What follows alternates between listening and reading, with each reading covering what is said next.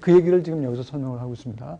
유통시장은 거래소 시장, 엑스체인지 마켓과 장외 시장, 오버 더 카운터 마켓인데 줄여서 OTC 마켓으로 나눕니다. 주식이건 채권이건 똑같습니다. 자, 그러면 이제 지금부터는 채권에 대한 얘기를 본격적으로 할 텐데, 참고로 채권에 대한 그 시장 얘기를 좀 했으니까 주로 채권이 일단 발행되는 시장은 발행시장일 거고, 채권은 물론 거래소에서도 거래가 되는 채권들이 있어요. 그렇지만 주로 대부분의 채권은 이 장외에서 거래가 됩니다. 이건 우리나라도 그렇고 외국도 그렇습니다. 자, 채권은 일단 뭐냐? 채권은 영어로 fixed claim 그렇게 표현을 하거든요. 그 의미를 좀 여러분이 알 필요가 있는데, 채권은 이자나 원금을 미래에 받는 거예요. 근데 그런 의미에서 미래의 현금의 흐름이 이자나 원금의 형태로 확정이 되게 돼 있어요. 확정이 됐다는 의미에서 fixed claim입니다. 그러니까 future cash flow가 미래의 현금의 흐름이 이자나 원금의 형태로 확정이 돼 있다. 이런 의미에서 fixed claim이고, 그런 의미에서 주식과는 조금 이게 구분이 되죠. 주식은 배당을 채권의 이자랑 비교를 하자면 항상 채권 이자를 못 받으면 부도가 나는 거 아니에요? 주식은 배당을 줄 수도 있고 안 줄 수도 있죠. 회사 사정에 따라서. 그 다음에 미래 시점의 주가가 어떻게 될지는 미리 확정할 수가 없잖아요. 그러니까 배당과 그 미래 시점의 주식의 경우, 미래 시점의 그 주가가 어떻게 될지는 미리 확정할 수가 없습니다. 근데 채권에서는 그걸 확정할 수가 있어요. 그런 의미에서 픽스드 클레임이고, 그런 의미에서 주식보다는 안전하다고 보죠. 왜냐하면 이자와 원금, 퓨처 캐시 플로우를 확정을 했으니까. 근데 그렇다고 채권이 전혀 위험이 없는 것은 아니죠. 주식과 비교할 때 상대적으로 안전하다고 볼 수는 있지만, 그렇다고 해서 채권은 아주 안전만 한 거냐? 그건 아닙니다. 우리가 챕터 3에서 배웠어요. 여러 가지 위험이 있습니다만 크게 금리 위험이 있죠. 그죠? 금리가 오를 때 채권 가격은 떨어지고 금리가 내릴 때 채권 가격은 오르는, 바로 그 원리에 의한 금리 위험이 채권은 있습니다. 만기가 길수록, 좀 더 정확하게는 듀레이션이 클수록 어때요? 금리 위험에 더 민감하게 반응한다고 그랬죠.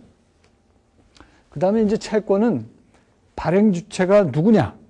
채권을 발행한 주체가 정부면 우리가 국채라고 얘기를 하고, 지방자치단체면 지방채, 회사면 회사채, 이렇게 나눕니다.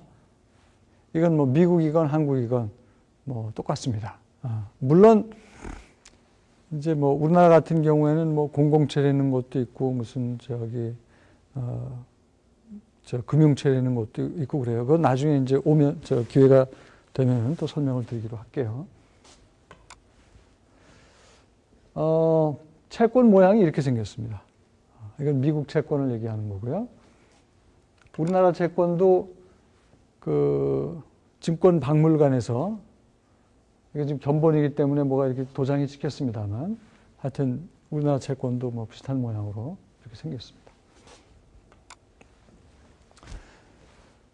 이 채권 얘기를 이제 그 대표적인 채권들부터 하나씩 좀 검토를 할 텐데요. 먼저 정부, 발행 주체가 정부인, 정부가 발행하는 채권을 우리가 국채라고 하죠. 미국 같은 경우는 국채가 세 종류가 있습니다. 지난 시간에 한번 설명을 드린 것 같은데, 근데 이 구분이 어떻게 된다고 그랬어요? 만기까지의 기간으로 구분이 됩니다. 만기까지의 기간이 1년 이하면 우리가 트레저리 빌 또는 줄여서 T빌 그렇게 얘기를 합니다. 이건 만기가 짧은 국채예요. 만기까지의 기간이 1년보다는 크고 10년 이하인 것을 트레저리 노트 또는 T노트라고 얘기를 합니다. T노트. 그 다음에 만기까지의 기간이 30년 이상인 거를, 10년 이상, 30년까지 있습니다. 이걸 우리가 T본드라고 얘기합니다. T본드라고 하면 만기가 긴 겁니다. T비를 그럼 만기가 짧은 국채를 의미하는 겁니다.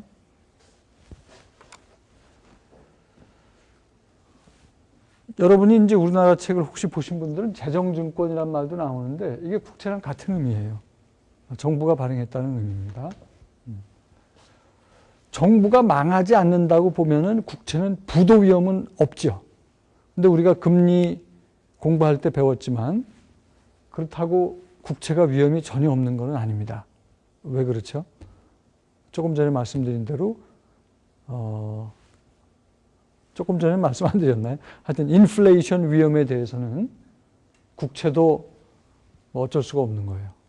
그래서 인플레 위험에 대해서는 인플레가 올라가면 명목금리가 오르고 뭐 거기에 대한 금리 위험도 국채는 당연히 국채건 어떤 모든 채권은 다 금리 위험에 노출이 됐다고 볼 수가 있는데 그거를 이제 조금 더 구체적으로 들어가서 인플레 위험에 국채가 노출될 수 있다. 부도 위험은 없지만 왜? 발행 주체가 정부라서 정부가 부도가 나지 않는다고 보면 부도 위험은 국채는 없다고 볼 수 있어요. 그렇지만 인플레 위험에는 노출이 될 수 있다. 이렇게 정리가 되겠죠. 그 다음에 이제 그림들 몇 개를 보여드리는데 이 그림은 전에 한번 우리가 봤습니다. 그죠? 이렇게 보시면은 요 10년짜리 파란색이 국채금리고 인플레이션이 빨간색인데 둘이 비슷하게 움직이죠. 그 왜 그래요?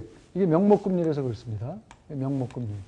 명목금리는 실질금리에다가 더하기 인플레이션율을 했기 때문에 이 인플레이션율이 올라가고 떨어지는 거에 따라서 10년짜리 미국 국채금리도 같이 올라가고 떨어져요. 그런데 재밌는 게 이런 상황에서는 어떤 상황이 발생했다? 이런 상황에서는 인플레이션율이 명목금리보다도 높은 거죠. 그죠? 명목금리는 실질금리 더하기 인플레율이라고 볼 수 있는데 인플레율이 명목금리보다 더 크다는 얘기는 실질금리가 어떻다? 마이너스라는 얘기입니다. 이런 상황에서는. 이게 좀 특별한 상황이죠. 이게 이제 70년대 얘기인데 70년대 오일 쇼크 때 얘기고 70년대 후반에 또 2차 오일 쇼크가 있었고 금리도 막 아주 이상하게 움직일 때의 얘기입니다. 그 다음에 이 파란색 라인은 단기 국채금리죠. 단기 T빌 금리고 30일짜리. 이 조금 짙은 색으로 나타난 파란색은 20년짜리 장기 국채금리입니다. 여기서도 여러분이 느낄 수 있는 거는 어때요? 둘이 비슷하게 움직인다. 왜? 둘 다 명목금리이기 때문에 명목금리는 실질금리 더하기 인플레이션율인데 인플레이션율이 올라가고 떨어짐에 따라서 명목금리는 비슷하게 움직이는데 재미난 상황이 또 역시 이때 상황이죠. 70년대 후반. 70년대 후반에 이제 미국 같은 경우에는 이제 금리 정책이 이제 좀 바뀝니다. 그런 과정에서 단기 금리가 20년짜리 장기 금리를 초과하는 그런 사태가 발생을 했다는 얘기죠. 좀 이례적인 상황입니다.